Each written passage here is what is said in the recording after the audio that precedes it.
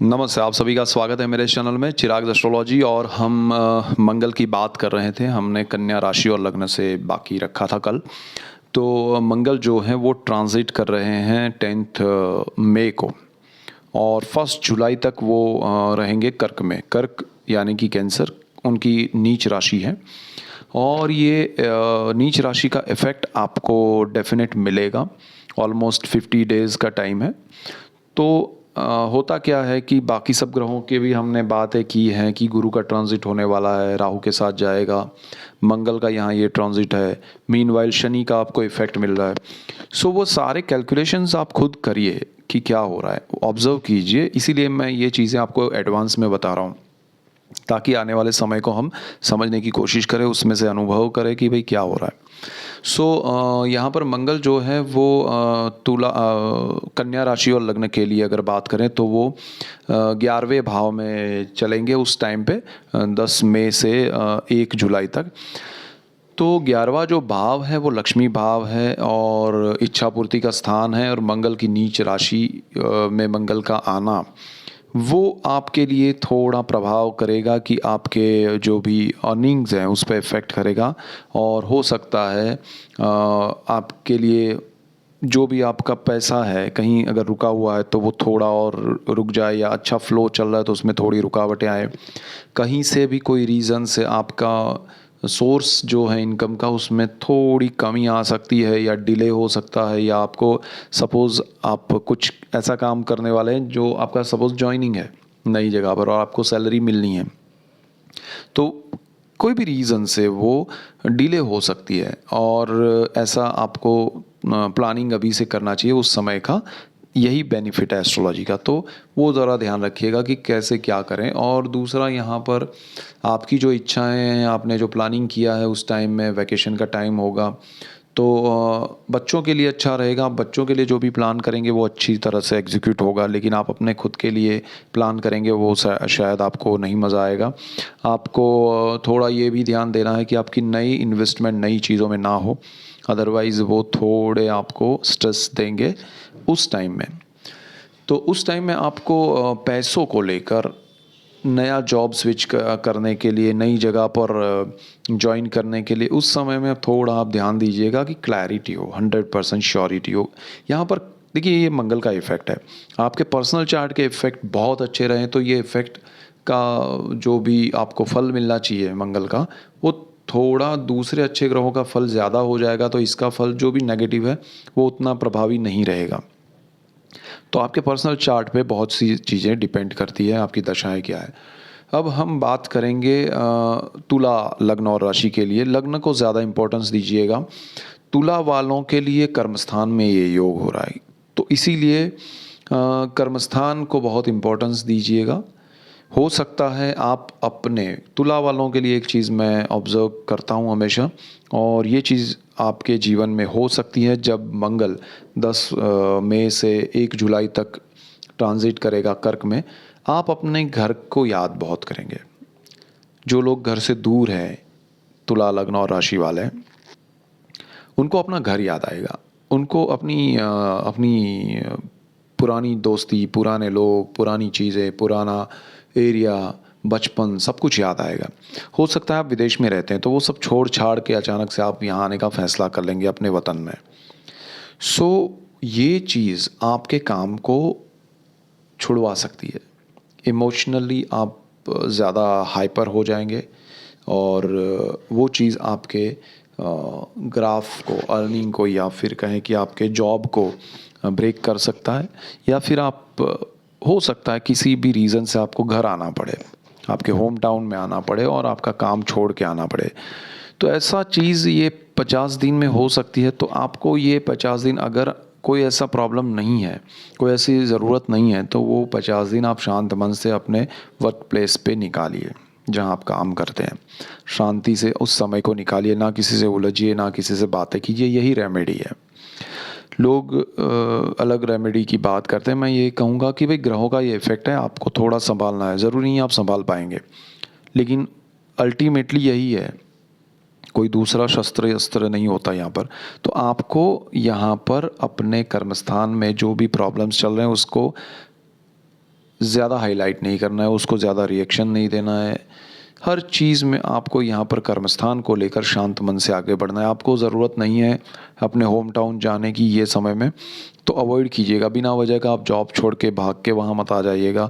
Home sickness की वजह से बहुत सारे स्टूडेंट्स, बहुत सारे टीचर्स, बहुत सारे जो भी पढ़ाई के फील्ड से जुड़े हुए लोग हैं, चाहे वो पढ़ाने वाले हों या पढ़ने वाले हों, वो अपना काम छोड़ के, अपनी पढ़ाई छोड़ के अपने घर वापस आ जाएंगे, ऐसा भी हो सकता है।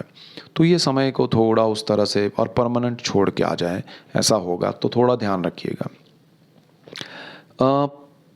इंक्रीमेंट के लिए, प्रमोशन के लिए उलझिएगा मत ये समय में। आपको शायद प्रमोशन ना मिले तो चलेगा, लेकिन आपका जॉब छूट जाए या आपको कहा जाए कि भाई आपको आपका काम अच्छा नहीं है या ऐसा कुछ सुनना पड़े तो सुन लीजिएगा।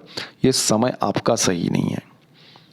सामने वाले लोग या आसपास के लोग खराब है ऐसा नहीं है, बट आपका समय सही नहीं है, थोड़ा वो समझ के चलिएगा।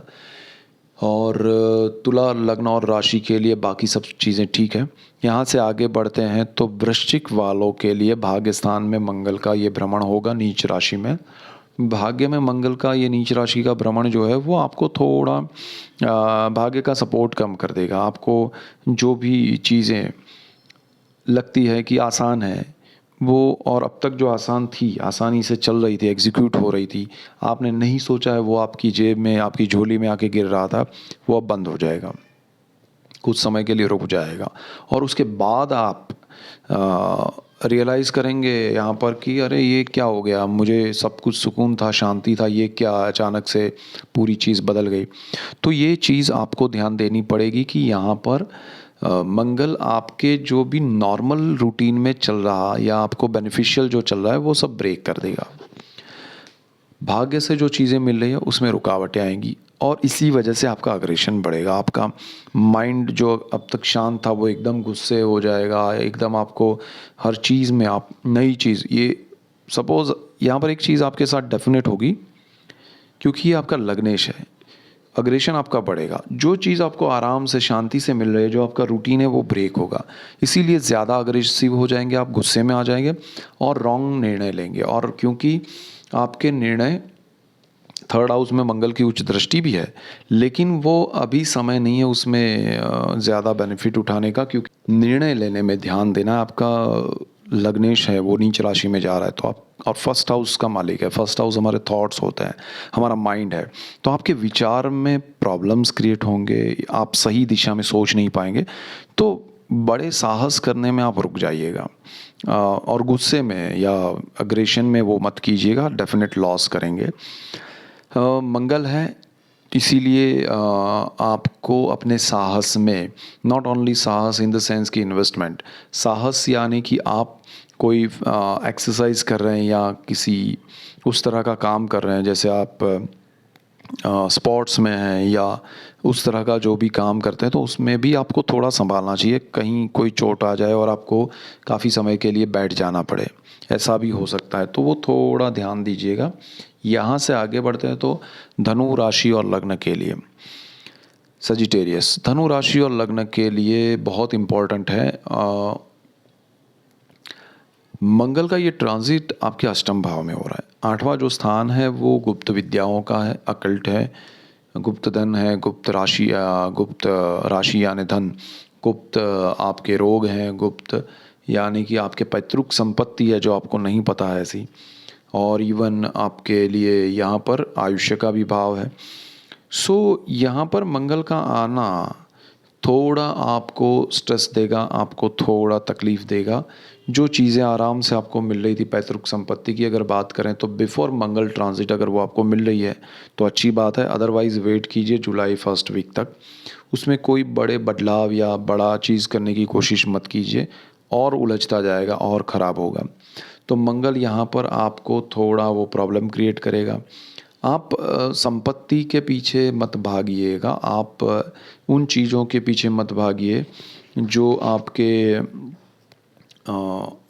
हाथ में नहीं है, जो आपके लिए से आप ये सोचे कि मैं यहाँ से इतना पालूंगा, फिर ये हो जाएगा, फिर वो हो जाएगा, वो कैलकुलेशंस छोड़ दीजिए। और व्यय भाव का भी यहाँ पर मालिक है मंगल, तो व्यय भाव में भी वृद्धि होगी आपके और बहुत कुछ खर्च होगा आपका। आपके सेविंग्स काम आएंगे लेकिन वो खर्च के रूप में काम आएंगे। तो यहाँ पर थोड़ा ध्यान दीजिएगा, बिना ज़रूरत के नए प्लानिंग मत कीजिएगा, नई चीज़ों को बिना ज़रूरत के घर में मत लाइएगा, ईएमआई नया शुरू मत कीजिएगा। और पितरों का आपको कोई ना कोई इफ़ेक्ट मिलेगा यहाँ पर, चाहे वो जो भी आपके पितृ हैं उनसे आपको कोई प्रॉपर्टी है डिस्प्यूटेड है तो उसमें भी कोई प्रॉब्लम क्रिएट होगा, या उनके वजह से या उनके कारण आपको वहाँ पर कुछ न कुछ हर्डल्स आएंगे। यहाँ पर आपके लिए गुप्त धन की खोज एक प्रॉब्लम क्रिएट कर सकती है। बिना वजह के भागिए मत, पैसा इतनी कोई शॉर्टकट नहीं होता है लाइफ में किसी भी चीज़ के लिए। तो शांत मन से और मेहनत से, ईमानदारी से आगे बढ़िए, लाइफ में तो बहुत कुछ मिलेगा। यहाँ से आपके लिए गुप्त विद्याएं भी है, तो गुप्त विद्याएं आपको लगेगा कि मुझे मिल रही है या कहीं मैं पा सकता हूँ, तो वैसा एक इल्यूज़न होगा, वो आपके लिए सही नहीं होगा, उसमें से कुछ मिलेगा नहीं आपको। इसके बाद जो लोग विदेश जाना चाहते हैं उनके लिए भी खर्च होगा, यहाँ पर एक्स्ट्रा खर्च होगा। जो लोग विदेश में रह रहे हैं अचानक से उनको आना पड़े अपने कंट्री में, होम टाउन में, तो उसका खर्च होगा। यानी कि आपके लिए बहुत खर्च वाले मामले होने वाले हैं, तो वो थोड़ा प्लानिंग करके रखिएगा और बिना ज़रूरत का अगर कुछ हो तो अवॉइड कीजिएगा। किसी से बातों में या उसमें उलझिएगा मत और बहस में मत उलझिएगा, वो ज़्यादा बेटर रहेगा। मकर लग्न और राशि के लिए ये बहुत इम्पोर्टेंट है, क्योंकि यहाँ पर कर्क में जब मंगल होते हैं तब उनकी एक दृष्टि मकर पे होती है जो कि उनकी उच्च राशि है। सो मैं ये कहूँगा कि मकर वालों के लिए ये पोजीशन बहुत बेनिफिशियल भी है, क्योंकि उनके लग्न भाव को मंगल उच्च दृष्टि से देख रहे हैं और आपका पॉजिटिविटी बहुत बढ़ने वाला है, आपके पावर को वृद्धि देगा, आपके मन में बहुत ही एक पॉजिटिविटी कॉन्फिडेंस आएगा, आत्मशक्ति बढ़ेगी। लेकिन यहाँ पर आपको दो चीज़ों में ध्यान रखना, ये योग आपका कर्क राशि में मंगल जो आ रहा है वो 7th हाउस में हो रहा है। नई पार्टनरशिप बिल्कुल नहीं करनी है, पुरानी टूट सकती है। पुरानी पार्टनरशिप को लेके जो भी क्लैरिटी है वो कीजिएगा, लेकिन मुझे लग रहा है कि ये मंगल अग्रेशन का पावर है, कारक है, पावर हाउस है, तो वो आपके लिए वो चीज़ नेगेटिव वे में ब्रेक करवा सकता है। तो मंगल यहाँ पर आपके लिए बहुत ही मायने रखता है कि जब वो ये स्थिति में जाएगा नीच राशि में, तब आपकी पार्टनरशिप बरसों पुरानी है तो ब्रेक होगी किसी न किसी रूप में। अब दोनों के चार्ट अच्छे रहे, पार्टनर के और आपके, तो अच्छे से एक होगा। लेकिन अगर वो पार्टनरशिप शुरुआती है या उसमें ट्रस्ट नहीं है या जस्ट एक दूसरे का बेनिफिट उठाने के लिए की है या जो भी रीज़न होगा वो सामने आएगा और ब्रेक हो जाएगी। ऐसा ही शादी में होगा लाइफ पार्टनर के साथ। अगर वो शादी आपकी नहीं हुई है और आप शादी करने वाले, तो ये समय में बहुत सारी आपको एक दूसरे की बात पता चलेगी या समझ में आएगा कि ये मेरे काबिल नहीं है या मैं इनके काबिल नहीं हूँ। काबिल यानी कि एक दूसरे के विचार नहीं मिलना, एक दूसरे को समझ नहीं पाना, तो वो आपको महसूस होगा कि भाई इनके थॉट डिफरेंट हैं, मेरे कुछ अलग विचार हैं, ये मेल नहीं आएगा, तो वहाँ ब्रेक हो सकता है। आप तोड़ देंगे रिश्ता या सामने वाला तोड़ देगा। और इवन आपके चार्ट्स अच्छे नहीं रहे तो शादी भी ब्रेक करवा सकता है ये मंगल, और उसमें डिपेंड करेगा आपकी दशाएं अंतर्दशाएं क्या है। तो सप्तम हाउस को लेके आपको चिंता करनी चाहिए, लेकिन बाकी सब चीज़ों में ये मंगल अच्छा है। इवन आपके लाइफ पार्टनर की इनकम है वो बंद हो सकती है, उनका सोर्स ऑफ अर्निंग का है या जॉब का है या वहाँ पर बिजनेस का है या जो भी है, उसमें प्रॉब्लम्स आ सकते हैं। आपके लाइफ पार्टनर को लेके कुछ भी आप प्लान मत कीजिएगा ये समय में नया इन्वेस्टमेंट, अदरवाइज़ वो ब्रेक हो सकता है। यहाँ पर आपको नई पार्टनरशिप तो बिल्कुल नहीं करनी चाहिए, पुरानी जो है उसमें देखिए क्या होता है, तो ये समय संभालने जैसा है। यहाँ से आगे बढ़े तो कुंभ राशि और लग्न के लिए 6th हाउस में मंगल का ये योग हो रहा है। छठा जो भाव है वो आपके लिए मंगल का नीच राशि में आना तो ये भाव रोग का है, ऋण का है, शत्रु का है, जॉब का है, सारी चीज़ों में संभालना है।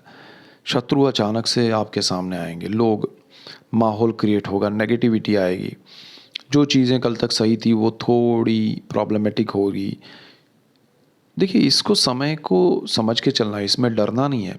समय तो बदलता रहता है और समय इसीलिए बदलता है क्योंकि ग्रह बदलते हैं, ग्रह बदलते हैं तो इफ़ेक्ट बदलते हैं।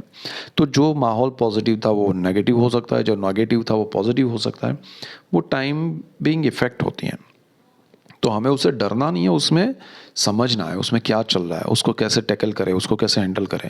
तो आपका यहाँ पर जॉब में आपको कोई बड़े प्रमोशन की या अगर ऐसी कोई उम्मीद है इंक्रीमेंट की, आपके साथ बात हुई है तो ठीक है, 10 मई तक हो जाता है तो ठीक है, उसके बाद सीधा जुलाई तक कुछ सोचिएगा मत। आपको जॉब मिला है तो कीजिएगा, उसमें फिर कोई हर्डल्स हैं तो उसके लिए उस समय में कोई बड़ा आप कदम मत उठाइएगा। पुराना कोई जॉब है और आपको कहा जा रहा है कि आप देखते हैं आपको छोड़ना पड़ेगा, ऐसा कुछ सामने से आ रहा है तो आप समझ लीजिएगा ये समय में 10 मई से 1 जुलाई तक में आपका वो जॉब छूट सकता है।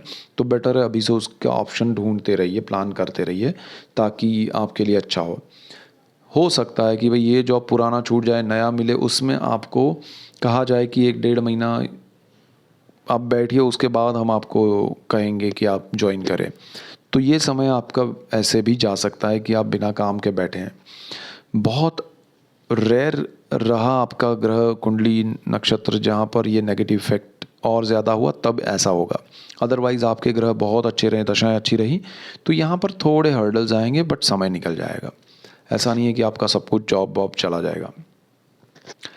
आपको अगर कोई रोग है, तकलीफ़ है तो वो भी उभर के सामने आएगी, या नहीं है तो अचानक से कुछ आपको, देखिए बिना वजह का आप कुछ सोच के नया चीज़ दिमाग में मत डालिएगा।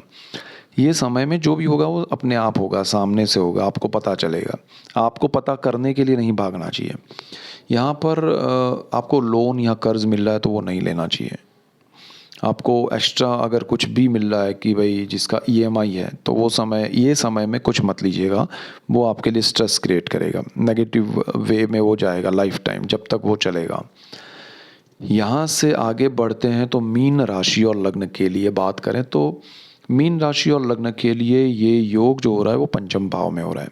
जो पांचवा जो स्थान है वो संतान का है। तो ये समय में अगर जिनके बच्चे पढ़ाई कर रहे हैं या उनको नई जगह पर एडमिशन लेना है तो वो सही जगह नहीं मिलेगी, उनको सही दिशा या उनके लिए हर्डल्स आएंगे। एडमिशन अगर कोई बच्चों का लेना चाहता है, नए नए स्कूल में या कॉलेज में दाखिला करवाना चाहता है तो वो थोड़ा प्रॉब्लम क्रिएट करेगा, लेकिन अल्टीमेटली वो हो जाएगा, उनके भी ग्रह अच्छे होंगे तो।